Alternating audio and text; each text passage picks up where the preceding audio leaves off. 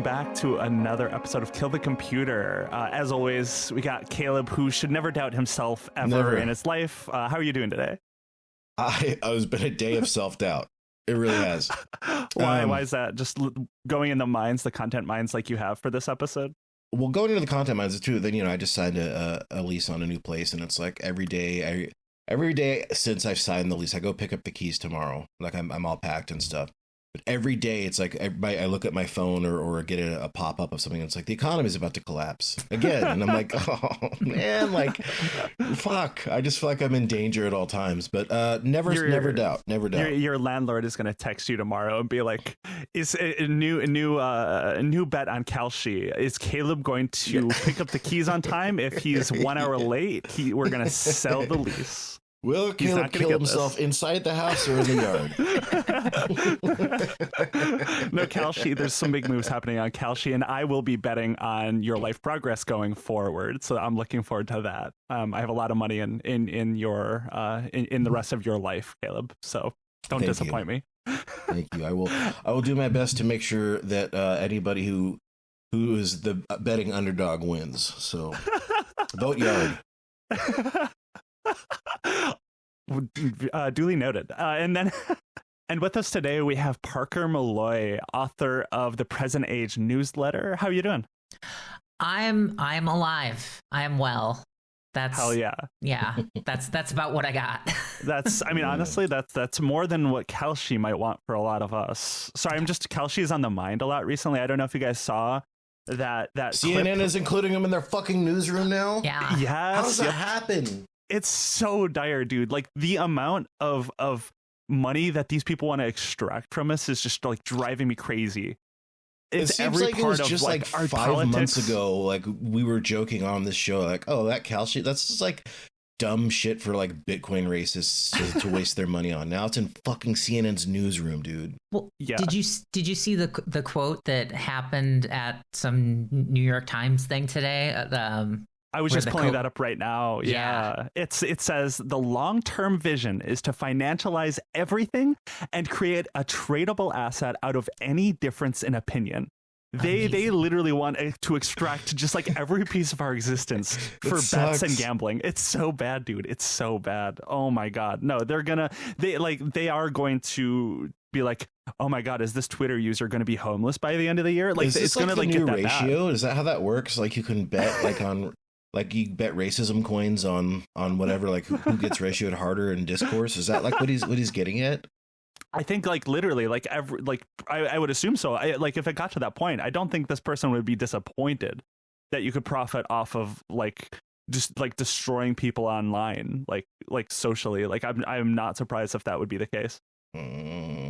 Yay financialization of everything. You can already bet on some really dark things on there, like I downloaded it so I could look at the things that you can bet on, and it was just like, how weak will American democracy be according to the Economist, like at this point next year, it's so bad. It's like this country, like humanity's suffering is a benefit to Kalshi and to like the people gambling on it. It is so bleak.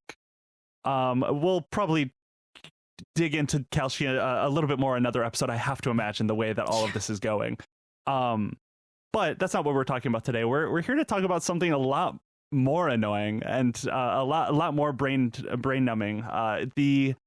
What's her name? Samantha Fulnecky, the Oklahoma University essay debacle, the whole Turning Point USA thing that happened like last week. Was that like a week ago now? It's been going on for a minute. I don't think it's quite been a week yet. They posted on November 27th. That's when TPUSA started like trying to stir things up. So the 27th was, what was that? A week from tomorrow. We were close. It was close. Did they? Wait, that were was they Thanksgiving. Really? I was going to say, were they literally doing this on Thanksgiving? They were literally doing this on Thanksgiving. Yeah. 3:29 p.m. on the 27th is when they posted her essay. And like, why were these people not with their families making delicious meals? Instead, they're like, we're going to get a trans grad student fired. They wake up. No, they wake up on Thanksgiving and they're like, it's time for no one to see their children. It's time. No, I feel like every single holiday there is like one conservative personality online that's like just posting like crazy, just like going absolutely mental. Like Elon Musk is always one of those people. It's usually him. He's usually consistently one of these people, but it's always like the way that conservatives talk about like their family, like that congressperson that was like, next Thanksgiving, I'm going to show up at some random constituent's house and debate them. And it's like, what are you fucking doing? Like, what is wrong with you? Like these conservatives they're just such losers. It's kind of unreal. So so this attack that was launched on Thanksgiving. Come on. Do we want to? I put the outline. It's not for public consumption, but Parker, if you'd like to, sure. Where is it? It's in the chat here. But it also in there, if do we want to read her awesome essay and then go through the rubric as if we were grading it? Because the essay's not very long. No, it's really short. And I think it does help people to understand just how bad this is. I'm so down. Okay, so just one thing that I did not see reported very well on this situation was like because I just saw the rubric for the first time today, which is interesting. And then I had to find it myself, the paper that Samantha was responding to, because you wouldn't know anything about it really from her essay. But like her essay is on this paper from 2014 from two people whose names escape me from the University of Kentucky. But it's basically about like non-gender conforming adolescents experience bullying and suicide at higher rates than their gender conforming peers. And then it's like, it's a study about this and the idea, and that's where the rest comes into play. So I'll read Samantha's wonderful essay that reads a lot like Mac's letter to Chase Utley, and It's Always Sunny in Philadelphia. And then we'll go through the rubric. We can grade it ourselves. Yeah, we can. We can, should, and must. Okay. This article is very thought-provoking and caused me to thoroughly evaluate the idea of gender and the role it plays in society. The article discussed peers using teasing as a way to enforce gender norms. I do not necessarily see this as a problem. Come on. God made male and female and made us differently from each other on purpose and for a purpose. God is very intentional with what he makes, and I believe trying to change that would only do more harm. Gender roles and tendencies should not be considered, quote, stereotypes. Women naturally want to do womanly things because God created us with those womanly desires in our hearts. Come on. The same goes for men. God created men in the image of his courage and strength, and he created women in the image of his beauty. He intentionally created women differently than men, and we should live our lives with that in mind. It's frustrating to me when I read articles like this and discussion posts of my classmates of so many people trying to conform to the same mundane opinion so they do not step on people's toes. I think that is a cowardly and insincere way to live. It is important to use the freedom of speech we have been given in this country, and I personally believe that eliminating gender in our society would be detrimental as it pulls us further from God's original plan for humans. It is perfectly normal for kids to follow gender stereotypes because that is how God made us. The reason so many girls want to feel womanly and care for others in a motherly way is not because they feel pressured into to fit social norms. It is because God created and chose them to reflect his beauty and his compassion in that way. In Genesis, God says that it is not good for a man to be alone, so he created a helper for a man, which is a woman. Many people assume that the word helper in this context to be condescending and offensive to women. However, the original word in Hebrew, Ezer Kendego, I believe, I don't know how to pronounce that, but she's right. I did Google this and it's true. Directly translates to helper equal to. Additionally, God describes himself in the Bible using the same word, and he describes the Holy Spirit as a helper as well. This shows the importance God places on the role of the helper, women's roles. God does not view women as less significant than men. He creates us with such intentionality and care that he made women in his image of being a helper and in the image of his beauty. Jesus God, Christ, man. I know it just This is has nothing to horrible. do with the paper. We'll get into it. If leaning into that role means I am quote following gender stereotypes, then I am happy to be following a stereotype that aligns with the gifts and abilities God gave me as a woman. I do not think men and women are pressured to be more masculine or feminine. I strongly disagree with the idea from the article encouraging acceptance of diverse gender expressions could improve students' confidence. Society pushing the lie that there are multiple genders. Don't you admit that there are two? Is that multiple? I don't know, Samantha. And everybody should be whatever they want to be is demonic and severely harms American youth. I do not want kids to be teased or bullied in school. However, pushing the lie that everyone has their own truth and everyone can do whatever they want and be whoever they want is not biblical whatsoever. God damn.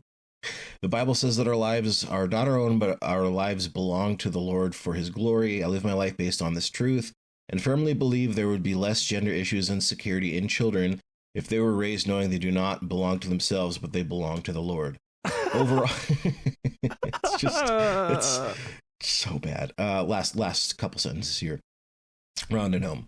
Overall, reading articles such as this one encouraged me to one day raise my children knowing that they have a heavenly Father who loves them and cherishes them deeply, and that having their identity firmly rooted into who he is will give them the satisfaction and acceptance that the world can never provide for them. My prayer for the world, and specifically for American society and youth, is that they would not believe the lies being spread from Satan that make them believe that they are better off as another gender than what God has made them. Oh. I pray they feel God's love and acceptance for who he originally created them to be. And that's how it ends. This is such dog shit, dude. I just need to throw this out there too. She's a fucking junior. This is not like, baby's first 101 class or whatever. She should fucking know better by now. Yeah, that the paper it kind of just goes like she starts to kind of have an imaginary argument with herself where she's like, I don't think they're gender roles, and then like a minute later she's like, you know what, fine, then say that I adhere to gender roles. It's like, it's fine if you do. Like, who are you arguing with? Like, that's always the thing with all of this debate is like trans people and like queer people and feminists aren't saying you can't live the way you want to live. We're like that's not what's happening here. No one's saying like you can't like marry a man and have like 3 children. Like, that's not illegal. No one is saying that. Like, no one is saying that's what's happening. This whole paper was supposed to be about like kids getting bullied. Bullying. Is what this was about. Children being bullied. And she's like, yeah, no one should be bullied, but it's a little satanic what's happening to the kids. It's like, you can't have it both ways. Like, you are bullying kids in this statement, and also seemingly calling trans people satanic. Yeah. No, this like I am just astonished at how bad this is. Like, this it's really awesome that it's not even like so bad that it was like clear that Chat GPT or something helped with this. Like, you could tell this came straight from the dome of like the average Christian. Like, this is like the average Christian argument here. I don't believe that she read past like good the old abstract artisanal of that paper. opinions.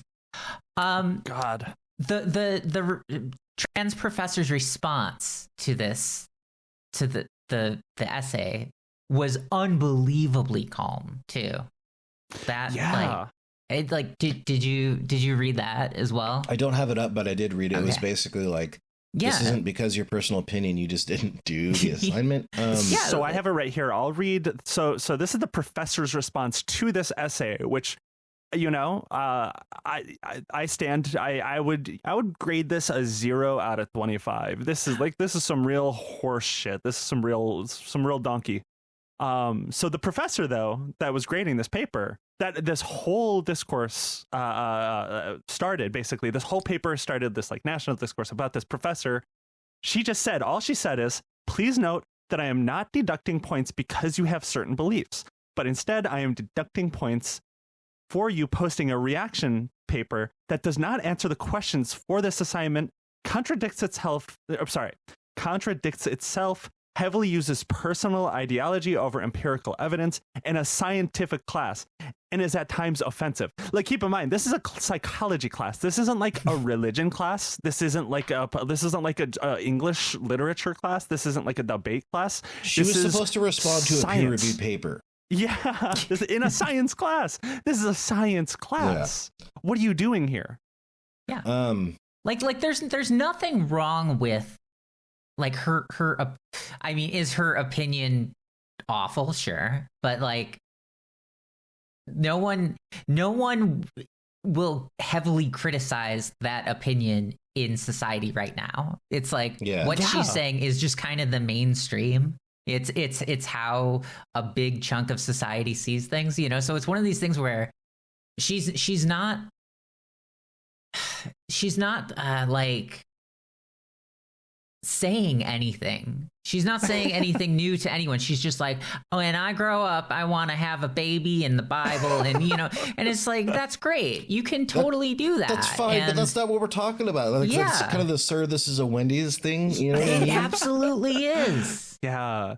It's just like pure religious like ideology here. That's what all of this is. This is like, this was created in mind that if she fails this, which I feel like she probably knew, like we'll get a little bit more into that soon, but this was designed and created for the purpose of like spreading a panic about the professor, which, as I read her exact statement, very even-handed while correctly failing her. And also, not for nothing, but another professor who is cis also graded the paper and said they would also give it a 0 too, if I recall correctly. Imagine grading something that's so bad you're like, I need to get another set of eyes on this. Yeah. Like, dude. Like I went to college. I turned in some like, you know, low quality assignments, but I don't think I ever turned in anything that deserved or even got close to a 0. I don't think I ever got anything below like a 50%. That's like really hard to do. I genuinely believe that I've read more of this paper than Samantha Fulnecky has. Okay, like what about that paper? What insight did we get? Like, what insight did she demonstrate she knew? If had I not gone out of my way to like find the name of the paper from the rubric that was posted just today, we wouldn't know anything that this paper was about, or you know. Let me just read that. Let me read the rubric for you guys, and then we'll we'll give it. I'll be, since I'm the token cis hetler here, I'll be the one that give her the high grade, and I'll be like charitable with her. But even then, I think I'm giving her maybe like 3 or 4 points. Okay. You must write 650 word. And by the way, I don't think that I saw somewhere, I didn't count, so if I'm wrong, sorry. I saw it reported elsewhere that she didn't hit the word count, so maybe that's part of it. She did not hit the 650 word count. Yeah, I had seen that. So okay, it's like automatically you lose those points. You automatically lose those points. It's in the rubric that was posted. So within five words of the rubric, already take 10 points off. Yeah. She's like negative now. Please remember that your reaction paper should not be a summary, rather a thoughtful discussion of some aspects of the article. Possible approaches to the paper include a discussion of why you feel the topic is important, an application of the study results to your own experiences, an application of the study or results to observations about others' behaviors, linking the objectives or findings from the assigned article to other domains of development, says suggestion for further studies or experiments that may help researchers better understand the topic being studied, alternate interpretations of the researcher's findings, a discussion of how this domain might proceed differently in other developmental stages, or your thoughts about how the development proceeds in the domain being researched in the article. So that's some examples of what she could have done. It's on a 25-point scale. For 10 points, does the paper show clear tie into the assigned article? No, it doesn't, actually. It's a little bit of a stretch. Does the paper present a thoughtful reaction to the response to the article rather than a summary? Well, it wasn't a summary. We can give her that. And there's almost almost no reaction to the actual subject matter at all. None. Again, you have to go very far out of your way to find out, like just following this discourse, what this shit is even about, because she doesn't talk about anything in that paper. I mean, I don't think she even finished reading the fucking abstract, you know? Probably not. So does it show a clear tide? I mean, she loses 10 points, so she's at negative 20 because she didn't hit the word count, right? Yeah. So no, she didn't do a clear tie-in to the article. Does the paper present a thoughtful reaction or response to the article rather than a summary? Well, no, but like this is where you as a professor, you're like, well, you know, how do you really like quantify or qualify rather what is thoughtful? So, you know, you can give her like 2 points. You can give her 2 points. She had sure. thoughts. She Yeah, did thoughts. use her brain. There was no chat GPT. There was no AI. It was original. Clearly. Yeah, it was not. That was not written by an LLM. So, you know, Yeah. we'll give her 2 points for that, I guess. Yeah, maybe Is the one. paper clearly written? No. Dude, that was the most meandering piece of shit I've ever read. I like That how was it so bad. starts. I like how it starts where it goes, God made male and female and made us differently from each other on purpose and for a purpose. I like the double purpose, Yeah, 3 dude. words Yeah. apart. That's really good. Like that is just amazing. Just it, the writing. It's so. I mean, it reminds me of all the stuff from Olivia Nuzzi's book, where she's like the fire, dude. the flames he desired, being desiring. You know, what is is it a with like total these like aside, weird reactionaries that write like this? Go on. Sorry. Yeah. No, I'm sorry. This has nothing to do with what we're talking about. But my friend sent me a screenshot from Nuzzi's book where it's like 2 pages of her realizing she's trying to go to the WWE Hall of Fame and she doesn't realize that it's not a real place. And she's like arguing with the receptionist. It's like, what do you mean it's not a place? The receptionist is like, it's an idea. And it's like, it's 2 pages of her fighting with the receptionist about figuring out that it's not a physical location. Like, what is wrong with these people? I need you to hear, like, someone posted the audiobook of that section. Oh. And you absolutely need to hear this. I'm like immediately. I'm sending this to you. Oh, please. Oh, yeah. We'll put it into the episode too. Yeah. Just because. All right. Here's a. No, Olivia Nuzzi is one of those people where I don't know a single person that actually like thinks what she does is good or useful at all. But she has like climbed the ladder in a way that astonishes me. Like she should not be at Vanity Fair as an editor. Well, like what does she do to deserve that? I mean, the whole her career started. Are you listening to it? I'm sorry. I'm real listening to it now. Yeah. Why is she reading Who like is this ASMR? Why is this ASMR? People in the replies are like, this sounds like it's AI. Like she like says newsroom in the recording where she says like newsroom or something like that. It sounds all weird and garbled. It's like, what on earth? Who is any of this for? I don't know. I didn't even know who she was until this started, and my life is so much better. Thank you for sharing that. That's wonderful. Of course, I Please, needed you to know that the audio version of her trying to find the WWE Hall of Fame was even better. I think Olivia Nuzzi is like my dream guest for this show now. It used to be Keemstar, but now it's Olivia Nuzzi. We should get a roundtable panel with all of them. Oh, Keemstar meets Olivia Nuzzi meets Grums. That would be the panel of legends. Yeah. Oh, Imagine, okay, so imagine a podcast that was RFK Jr. and Olivia Nuzzi only speaking in the ASMR voice. That'd be hard for RFK. Let's be honest. Yeah. As soon as I found a PDF of the of her book, I searched for the word voice to find out like the time the times that she talked about his voice, and Did there were she a at few all? yeah, like Can you read one of them? yes, in my mind a shrill symphony, the coos of the birds and the smack of the bullets, and the politician, his voice, the subject of so much derision. It was to me a fire crackling, a sound that made me warm. I could still hear him. Sweet dreams, my love, he said, my little baby bird. Now I had seen the earth torn apart by fires that crackled. Now I thought of birds. Okay, like this is not what the episode is about at all. But why? Okay, as a small like side note, why are they subjecting us to this affair? Why are they subjecting us to like their awful love? Like this is the worst. I hate this so much. We should not have to know about this. I don't want to know. I don't want any of this. There's another mention of voice that is her talking to her brother, and it reads, "The guy with the fucked up voice?" he asked. "I like his voice," I said. He turned away and thought for another moment. He turned back to me again. "You don't have any interest in, I don't know, a nice 32-year-old in private equity? I know a lot," he said dryly. He was staring at the sky now, as if he might find some answers there. "It's not daddy issues, right?" he asked. I did not think so. "Yeah, so I don't know what the problem is," he said. I waved my hands to halt his psychological assessment. Not that I could disagree with the imperative. Jesus Christ. What is wrong with her?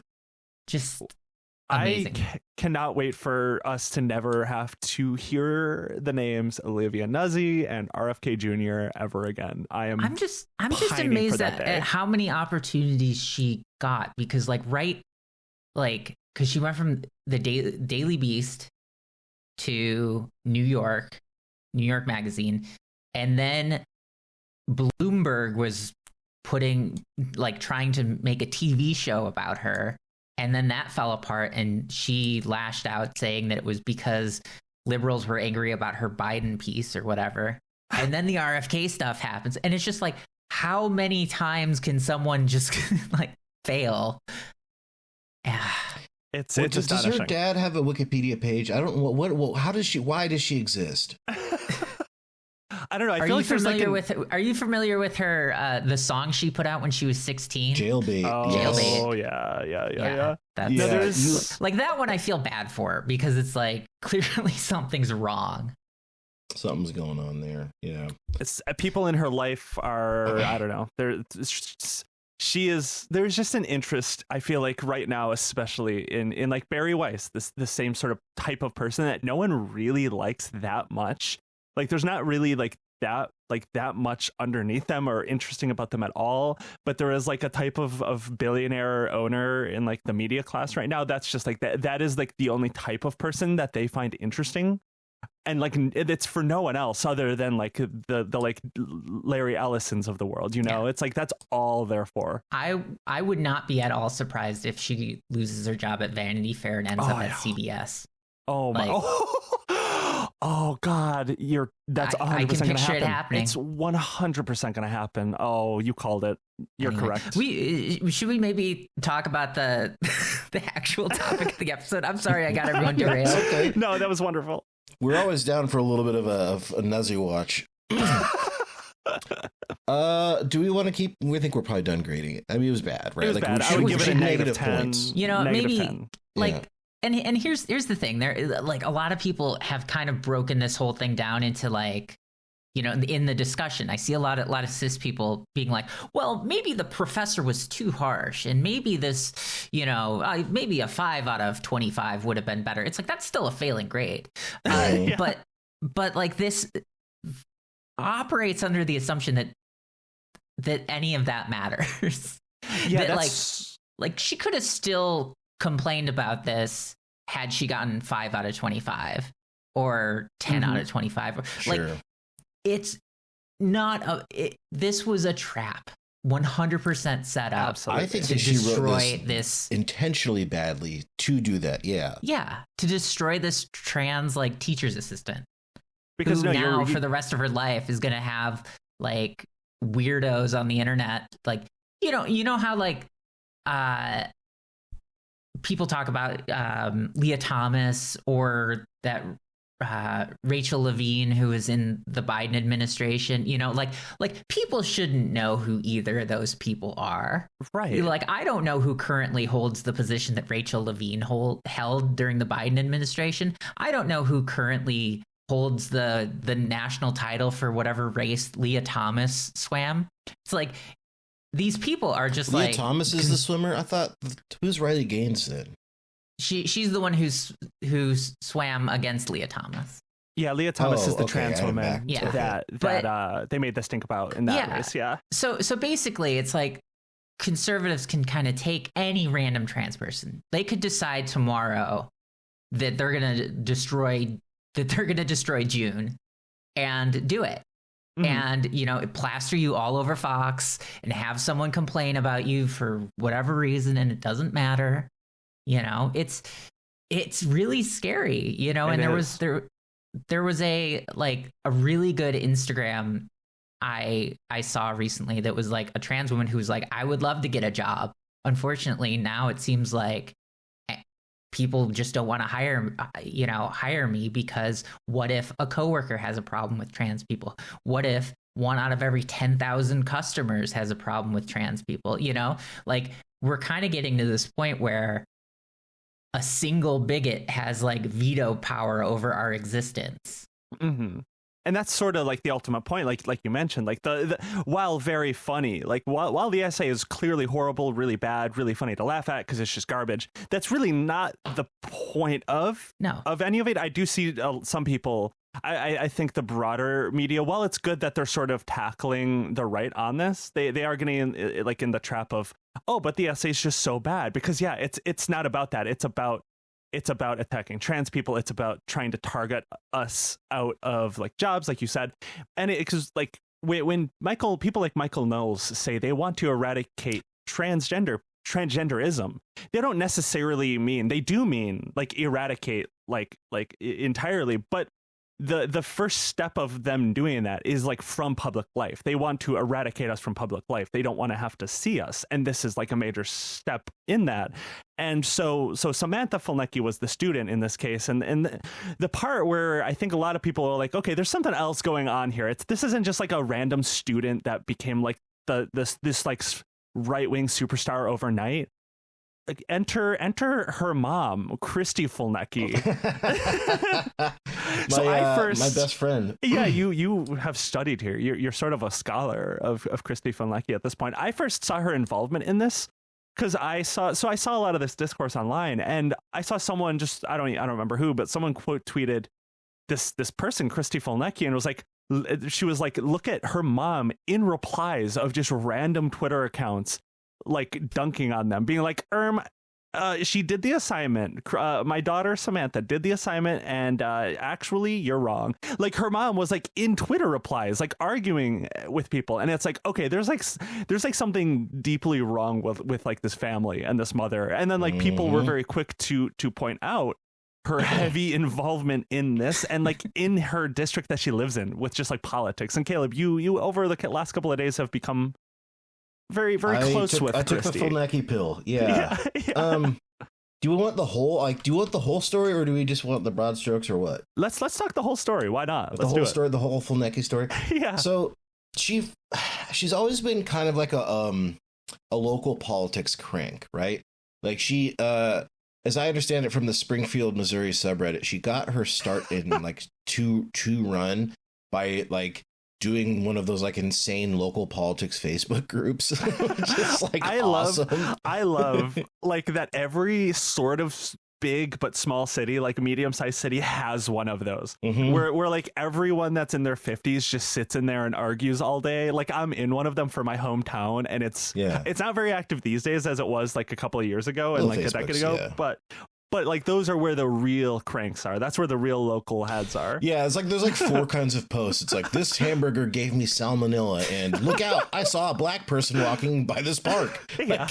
You know what I mean? No in between. Yeah. So she runs in 2015, she runs for city council based on her popularity of being a Facebook personality, and wins. And many such cases. Many such cases, dude. So the pride of Springfield. The problem with that is they find out pretty early on in her tenure that she actually wasn't qualified to be on the city council because she hadn't paid taxes in the city in 7 years. Hell yes. So this whole situation comes, her whole term is just marred with just stuff like this. She's starts fights with but during all this time, by the way, too, she becomes a politics crank. She goes on this 104.1 KSGW, or is it KSUW, the local like right wing talk radio crank shit. She's like a featured guest on it. I listened to hours of this shit where they just bring her on as like a what's up with the clowns in Congress, but it would be like Springfield City Council, right? Yeah. And so there's like she lied about like how the city presents its budget on the radio, and the mayor had to like give a press release like, no, she lied.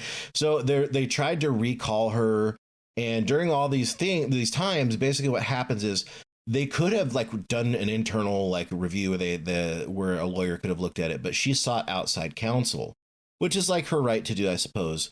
But that ended up costing the city of Springfield like over $100,000. And she started trying to campaign for mayor by saying, we have to stop with these frivolous lawsuits. But it's like, you're the one that caused them. What are you doing? Right.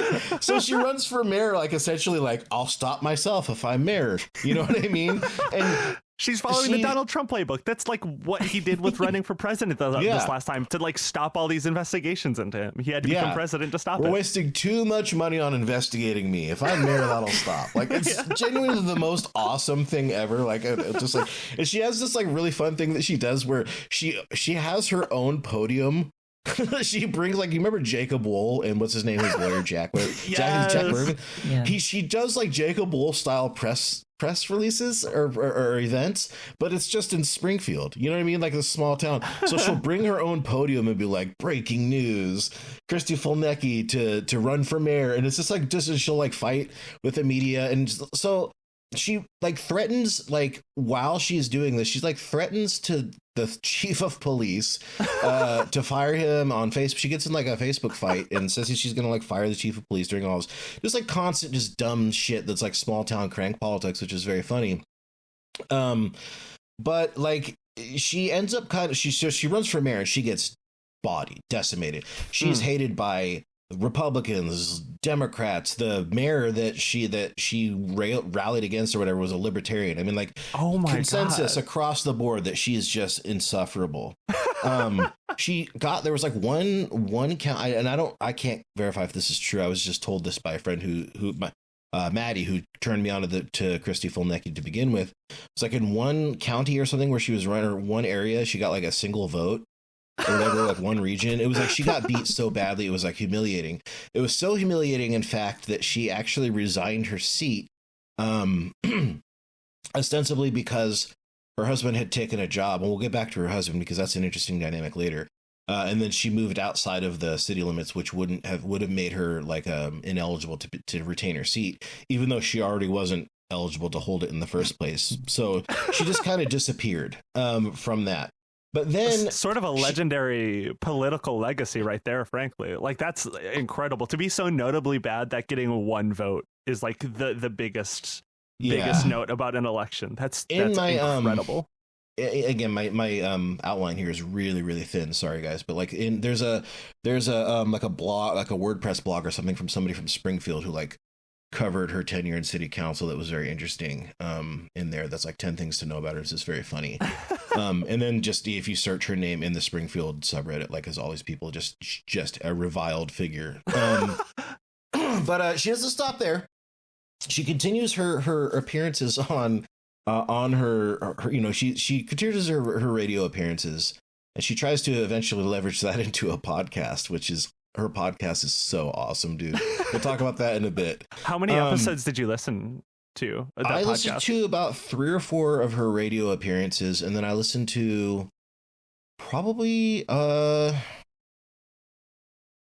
probably say like 7 or 8 of her episodes of her podcast in the last day. Yeah. You really tortured yourself. I did, to get but the it was lore, like there were parts of it that were so funny, but it was just very dull. I mean, I learned a lot about like local Missouri politics during that, because I was like, where's she got to start? But like the thing is the more important thing, and why this pertains to like what's happening now, is that she's a lawyer, and she like is the kind of lawyer where she sued and Parker, I don't know how much of this you've looked into, but she sued like her local school board, her city, a neighboring city, counties during the COVID stuff. Oh my God.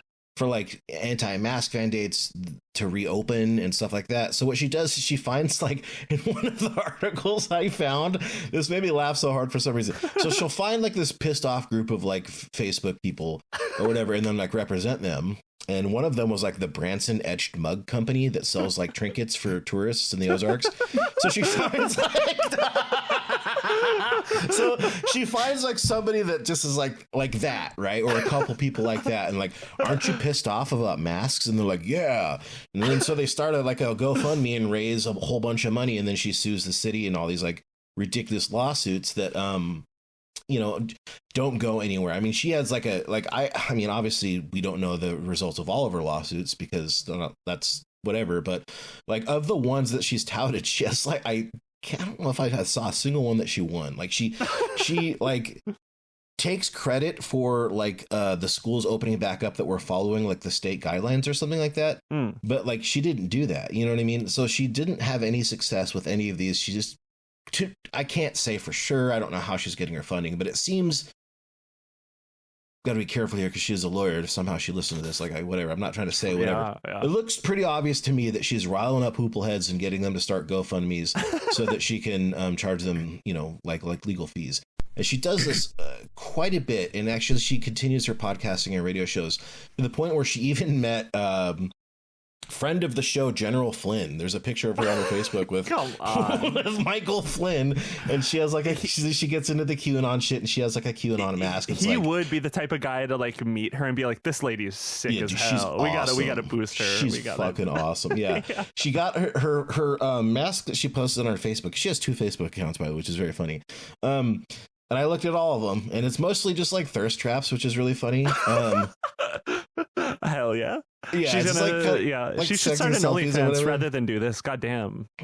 But like her mask that she got said, "I am the storm," like the fucking shit. This is very funny. But this is all in contrast to her husband, who she had on, I think it was her first episode, and maybe it wasn't, I don't remember, an early episode of her podcast. Which sounds funny until you realize he's actually an infectious disease doctor and a respected one that works in the field. And the entire time that she's doing all this, like, he actually is saying like, "Oh no, you should get your vaccines," and like, publicly through the clinic that he works for is saying all this stuff while she's doing this, which is very funny. But like in the episode, it's like very early on in COVID. This is when, like, do you guys remember early in COVID when like Italy was just getting ravaged? Like, yeah. It was actually very, very, I mean, it was a very terrifying time. And that was the best episode of the podcast that I heard, because he was actually a good get. You know what I mean? He was very like, and in the episode, it was interesting to note that she was like very responsive to everything that he said. Like, remember the term "flatten the curve" to give the medical community as much time as they could so they didn't get overwhelmed in the initial onset. And she agreed with all of it. She agreed with the shutdowns. She agreed with masking. She was hopeful. She and her husband both were hopeful for vaccines and therapeutics, right? So it sounds like she pretty quickly after all of this got, like, over the last couple of years, like a lot of people, of course, so many people went through this sort of radicalization where she started maybe somewhat normal, and then like something happened, like 2020, 2021, everyone just became insane. Yeah. I mean, I really do think so.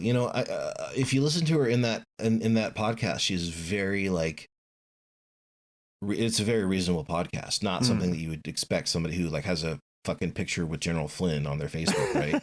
Yeah. And so time changes, and then she starts getting into stuff, and like whatever her podcasts, she start calling Joe Biden Dementia Joe and getting in and getting crazier. And but this is all to say that I think that they're like, I would be shocked if she wasn't actually vaccinated.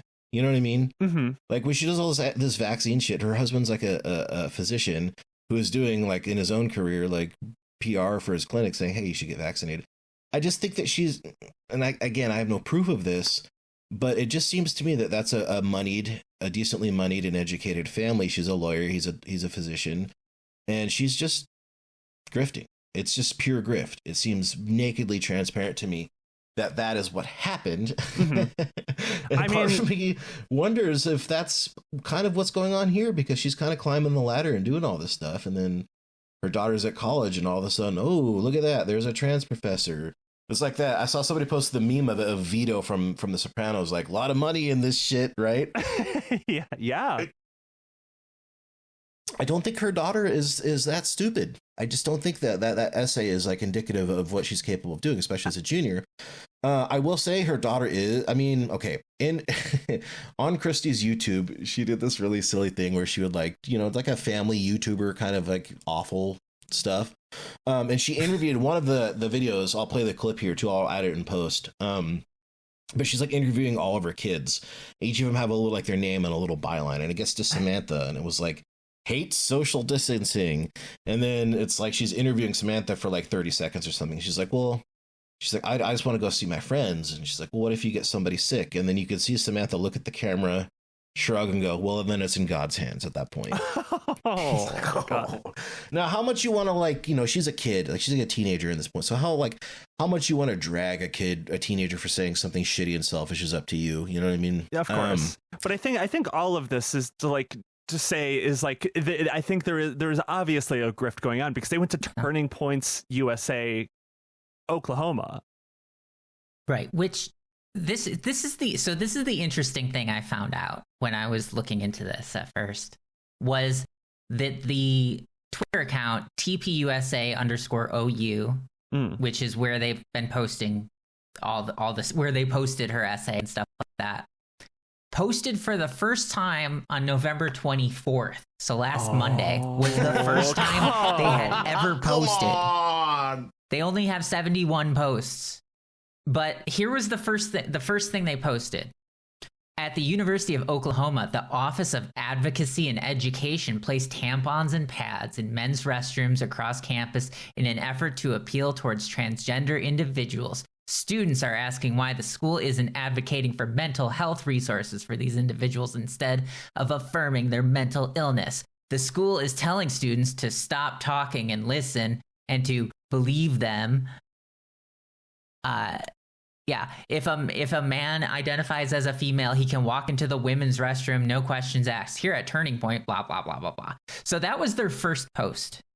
And then their second post, which was also on Monday, was some screenshots of like a computer, and there's a slide on it that says the science of being transgender. And their post reads, have you ever wondered why somebody went to college with conservative beliefs and came out identifying as LGBTQ and woke?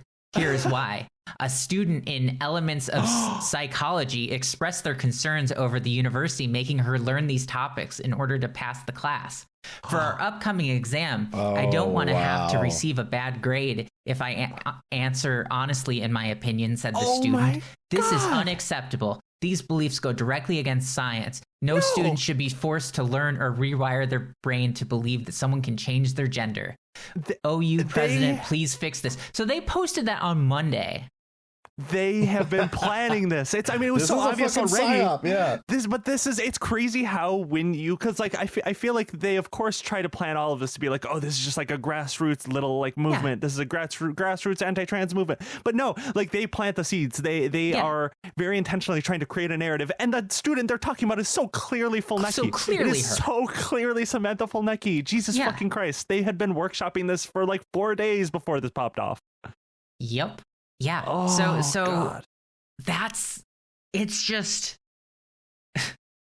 it's so frustrating because it's so obvious and like it's clear what's going on. Like TPUSA was like, we're gonna get really into anti-trans stuff on our account. Like they're always anti-trans, but you know, like they're gonna make that a thing. And then days later, they're like, oh, this huge thing just happened to fall into our lap. Lucky us. It's like it was a setup, and 100%. And when she was on Fox, because Samantha Fulnecky was interviewed on Fox, she said, "I would rather have my integrity and give my true opinion and get a 0 on an assignment than have to lie about what I really believe." No one was asking her to lie about what she really believes. Like no one. Literally That's not no how one. This works. She can absolutely say she doesn't think trans people are real. Like that's totally her You know, she can do that. And if she wants to do that and make an argument in a paper, cool. Like, and also the thing that sticks out to me about that quote in particular is, doesn't that fly in the face about everything about this narrative? If she doesn't care, why has this become a national conversation at all? She does care, because it's the grift. It's not that she cares personally. She didn't even get a 0. They took it back. Yeah. Well, yeah. And she's still quite obviously threatening to sue. I don't know if you saw her response. The Washington Post reported like an hour before we recorded this that Oklahoma college students' failing grade on gender essay dropped amid outcry. So they're not even going to count that on her like grades. Yeah. But this is not about her grade. She's still going to sue. This is not at all going to affect her. But like, another thing I think is interesting was on Fox, on the show Outnumbered. One of their guests said this, and I think that this is really telling. She said, "The fact that this graduate student was placed on administrative leave at all is a sign of how far we've come in this space to protect conservative views. Just a few years ago, that would not have happened." And you know what? Yeah, they're right. Just a few years ago, it would not have happened that a professor got put on leave for a bad grade. Like, that is something that's pretty new. This is the most like baby shit I have ever seen. Like, obviously, this is like a real threat against like groups of people, like trans people. This is a threat against educational systems. But like, at the end of the day, this is just, it's so pathetic. It's so annoying that people like this have so much sway in society, and that like it's that they can cause such a backlash publicly, socially, with this like right-wing news apparatus that they have, this propaganda apparatus. It's not even news, it's a propaganda apparatus, that they threaten people in these spaces, these universities, that they even have to take this seriously. This is not something that should have to be taken seriously on any level. This is like if you are older than 3 years old talking about this sort of thing and talking about like, oh, my religious freedom in public university, like, shut up. Like, come on. These people they drive me crazy. I just cannot believe that we have to take this seriously. I don't think we should, obviously, but society as a whole has decided to take these people very seriously when they very obviously set all of this shit up in advance. Well, one of the reasons I think that this is a good example to point to and to point out and highlight is that it's so clumsy. Like, the essay being bad, it not meeting the basic requirements, the Turning Point USA Twitter account only being active for a week. That one is flabbergasting. That's fucking crazy. Because there used to be one, but it hadn't been updated in years. This was a new account that they just set up like recently. And like, the whole thing is so clumsy and so easy to see through if people want to see it. But there are a lot of people who don't want to see it. They want to be like, well, this was that she was upset about her grade. Like, no, you gotta see that this is like part of it's like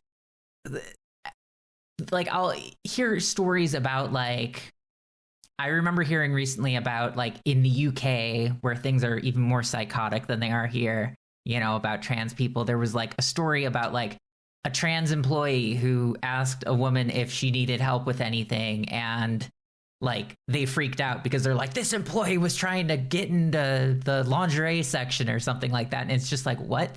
She like, works there. She works there. It was her job. And so it's like, so stuff like that. You see these stories and it's just like, oh, this is just taking a random trans person being like, you weird me out being in public like that, and I want you out of here. And then they come up with some pretext to do it. That's exactly what's going on here. And like, it's for the political wedge that they think is effective, which I don't think long term will actually be as effective as they really think it is. And I think we've seen that manifest in certain elections. Like in this last November, there was an entire, I think it was the governor's race in, I believe, was it Virginia, one of those, Vermont, whatever one of those states is. The Republican ran heavily anti-trans, like anti-trans ads all over the place. They were astonishing, but she got fucking trounced. It's like people like, this is like, people try to make a big thing out of being like, oh, anti-trans is the way to go, and it's like, I mean, it's not. But only it's carries you so far. Like, I think that we've kind of seen the the outer limits of that, and I was going to say this earlier, but I don't want to cut either of you guys off. I don't know if this has been your experience, but one thing that I've seen when kind of monitoring the discourse around this is like, I'm actually shocked that like how hard it's being pushed back on. Like people don't, like everybody's talking shit. They don't have the cultural cachet to pull this off. It feels like to me, you know what I mean? Because I sort of agree. I mean, I did see some very funny replies. Like there was this person who's very clearly transphobic. It was like the reply was something to the effect of, I don't like trans people, but she should have really followed the essay's instructions. It's like they're losing even just like the average like dumb conservative guy because they're like, okay, but she didn't really do the assignment. Like it's so obvious in this case. And again, it's not about the assignment. It's about trying to kick trans people out of every part of society. And I think I think when we first started talked about this episode is like they're trying to turn this whole situation into like the new Riley Gaines, right? Like they're gonna have her at CPAC next year if they get their way. They absolutely will, because like so the first prong of this like trans attack was like get trans people out of sports and like bathrooms, and they're like mostly sort of like they have established that realm in their politics.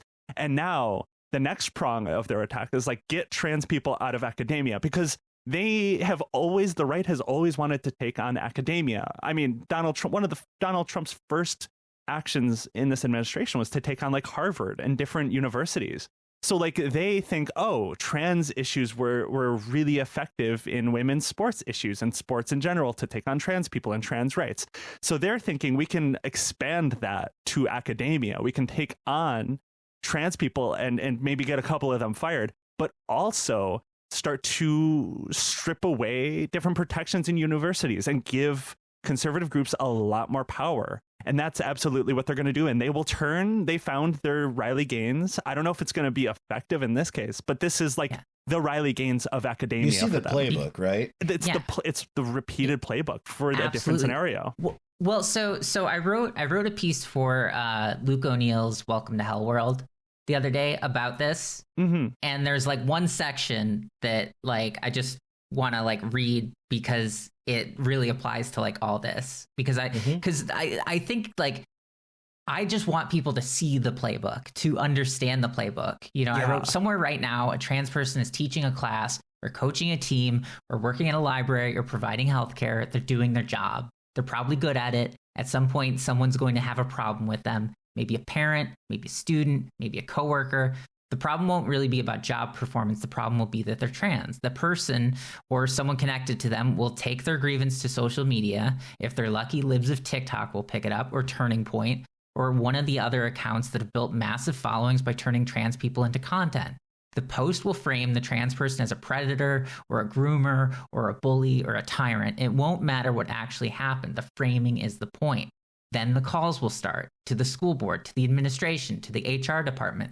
Local news will cover the controversy. A state legislator will demand an investigation. The institution, desperate to make the problem go away, will put the trans person on leave. Maybe they'll be fired outright. Maybe they'll resign because the harassment made it impossible to do their job. Either way, they're gone. And then the person who started it all will go on Fox News. They'll get a GoFundMe, maybe a speaking gig at a conservative conference. If the story is big enough, if it goes viral enough, they might even get something more, a podcast, a book deal, a center with their name on it. This is not a guess. It's a pattern. It's like, it is. I mean, it's so frustrating because we see this and we're calling it right now. Like, I wrote this before she was on Fox News, but I knew she'd go on Fox News. Of course she was. And of course, like Caleb, you predicted she'll be at CPAC. Of course she obviously will. Yeah. They're going to do their best because this is their method. This is their strategy. They are intentionally doing this. I mean, the right has done this in different capacities for years. Nothing is grassroots. Nothing just happens out of nowhere like this. This works way better when you're the opposition party, to be clear. Yeah. Right? Like, this is not something that can carry conservatives to the midterms or to the next election. People, I don't think, I'm like that guy that you mentioned, June. I think that's like the least of their problems. Donald Trump today, or maybe it was yesterday, I don't know, but recently had to say that like affordability was a Democratic hoax. Like they've got their fucking hands full right now. Yeah. And you can't just keep like, if anything, you can just keep pointing like, oh, trans people, what about them? What about them? I'm sorry. Like, yes, this country is full of vicious bigots of all shapes and sizes, and it's terrible. And what they're trying to do to trans people is worrisome. I'm not trying to downplay that. But at the end of the day, your garden variety, conservative, whatever guy just does not care that much about this. You might be able to get him kind of mad, might not want him in, oh, you fuck don't want him in my daughter's locker room at school, or what, you know what I mean? But at the end of the day, they don't give a fuck about this. They just don't. This isn't going to be successful for them long term. And sadly, the people with money in the party do care about it. And that's why we cannot escape this garbage. Yeah. We just can't escape. That's kind of why, like, I remember when the whole thing with Dylan Mulvaney back in April 2023, when that happened. God, yeah. Like, people were like, well, hey, it's just, you know, people are upset about her doing an ad for them. But it's like, no, like she was doing an ad read to her own audience, which is like a totally normal thing that all content creators and podcasters do. And it's like, it basically like that was them. Their objection was just that she was trans and that businesses should not advertise on, you know, channels. Like that was the controversy. And the fact that like there was a big chunk of the public that was like, I don't know, seems like a fair thing. It's like I count on occasional collaborations and partnerships with, you know, like on my newsletter, I've done some, you know, like sponsored newsletters with the ACLU, for instance. It's like, and like, so I've always been like, you were in the pocket of big civil rights. Yeah. So like, but it's one of those things where I often think about like, I wonder how many brands would have reached out to me, but go, I don't know that I want to associate myself with a trans person, you know, like there's no way of knowing. But after what happened with Dylan Mulvaney, it's like that seems completely possible, you know? And that's ultimately the thing though, right? They don't like, a lot of these people don't really like fear trans people that well. They do. I they do. A lot of people do fear us. And the reason that why they do any of this is because a lot of them truly think that becoming trans is like a social contagion in like their framing, right? Like they think, oh, if trans people are visible, people will be like, oh, I'm going to transition because you can be trans and this is a thing you can do. And like, sure, that's like true. I think more visibility of trans people will like help people maybe realize like their gender and like figure shit out.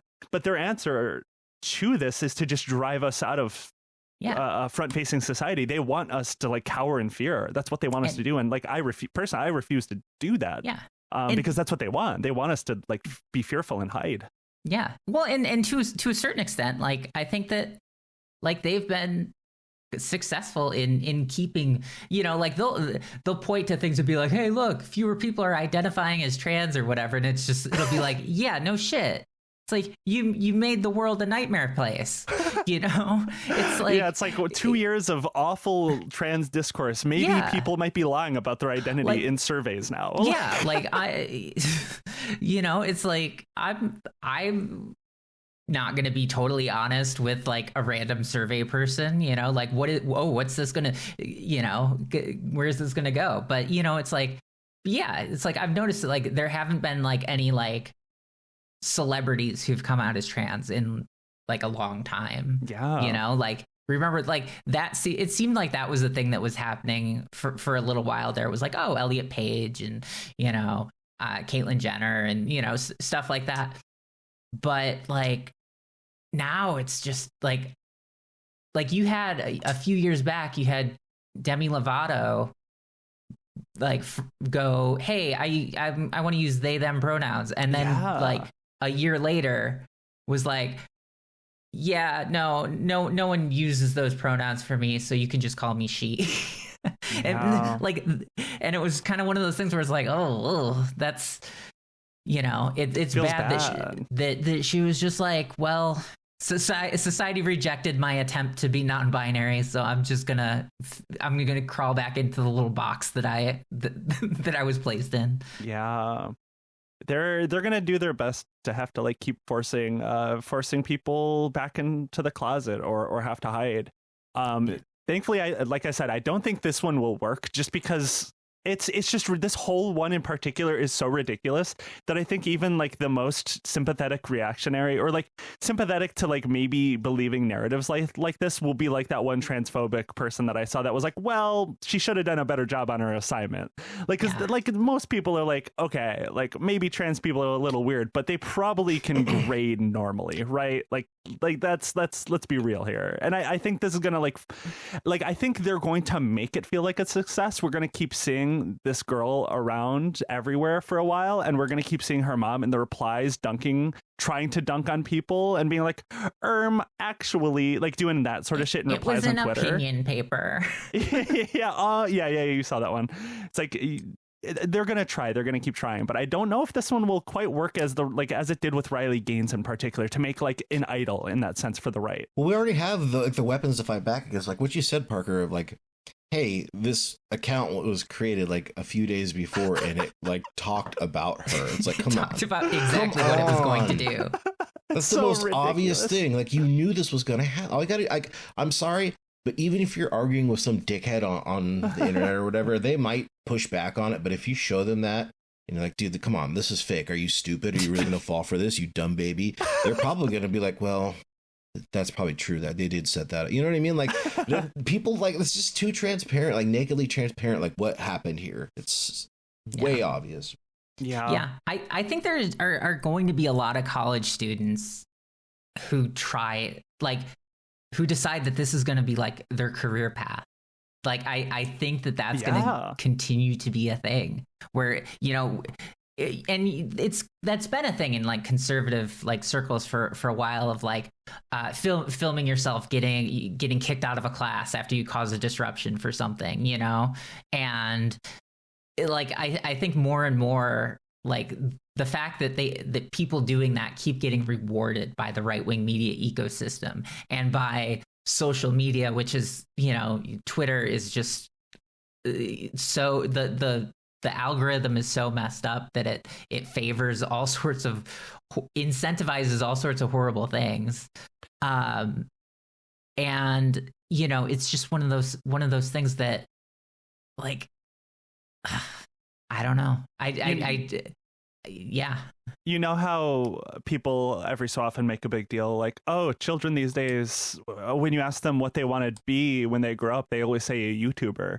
Yeah. I would rather have my theoretical child turn out to be like a slop tuber doing like some like garbage content on there than like turn out like one of these people. Jesus Christ. If my kid, if I had a kid and they're like, I want to cause a right-wing panic and fail my class and go on Fox News and become a trillionaire because of a narrative, my kid be I would abort. Passing out fifths. The guy's passing out machetes and fifths. Right now, have you guys seen that? Yeah. At least that'd be respectable to get caught giving homeless people machetes. Jesus Christ. At least there's honor. At least that's Bushido.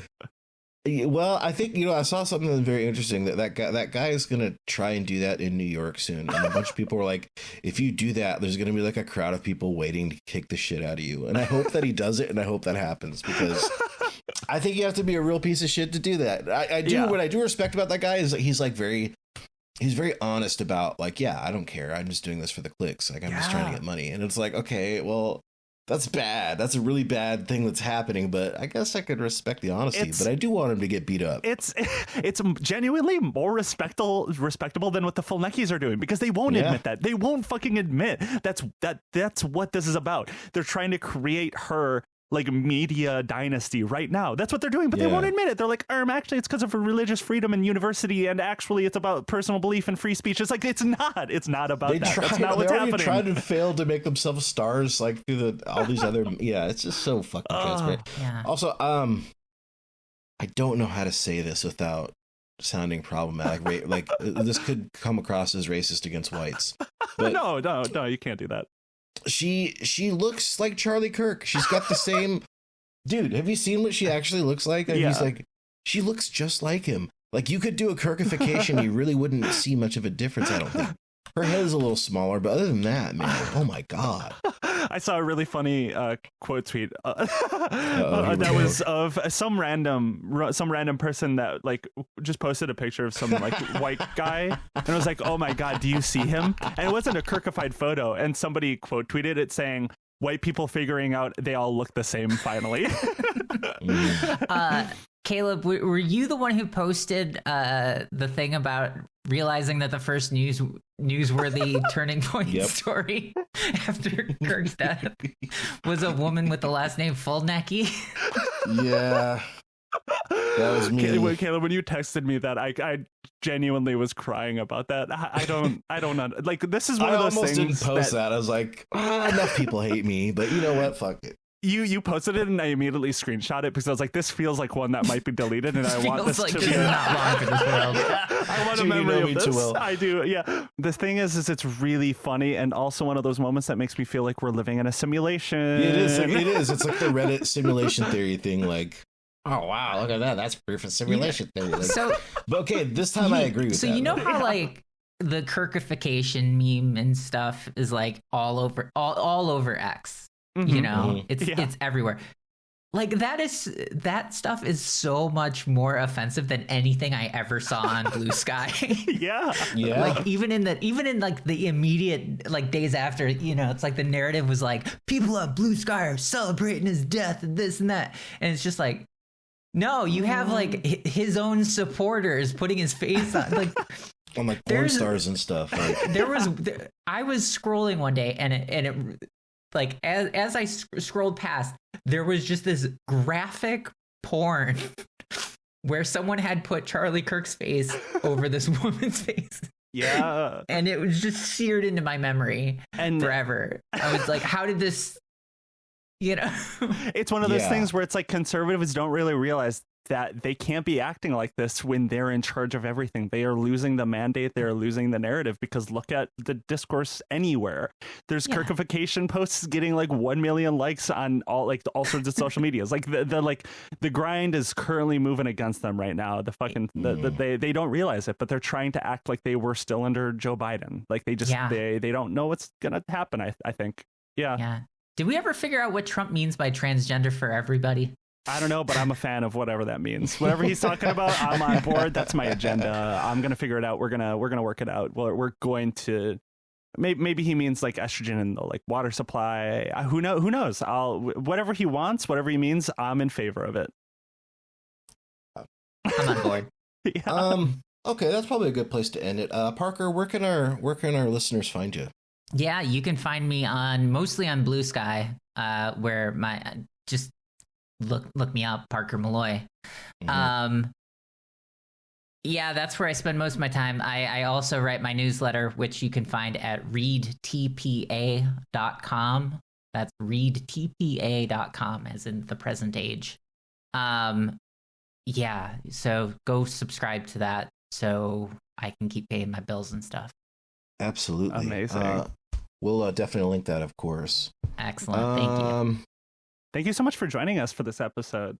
Yeah. Oh, anytime. I'm sorry I got us off on a Olivia Nuzzy rant. If you think that you're the first person to do that on this show, like this week, even you'd be wrong. We're all on Nuzzy watch somehow. Yeah, I'll keep reading the PDF of the book and see if there's anything else that makes me want to vomit my mouth. It's awesome. A dense text, that's for sure. It's very rich, full of garbage, but garbage that's worth laughing about. Yeah. All right. Well, thank you so much, Parker. We'll see you next time. All right. Sounds good. See ya.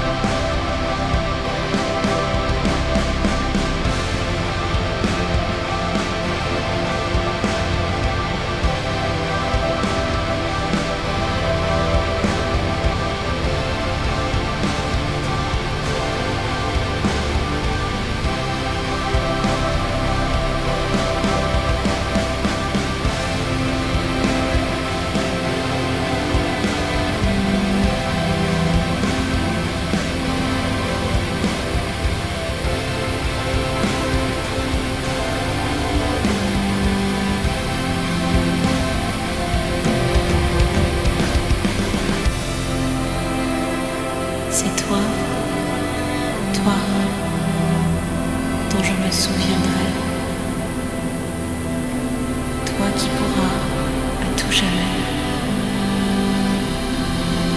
atteindre mon cœur et le porter au-delà des monts, au travers des vallées. C'est toi, toi, dont je me souviendrai, toi qui pourras, à tout jamais, atteindre mon cœur et le porter au-delà des monts, au travers des vallées.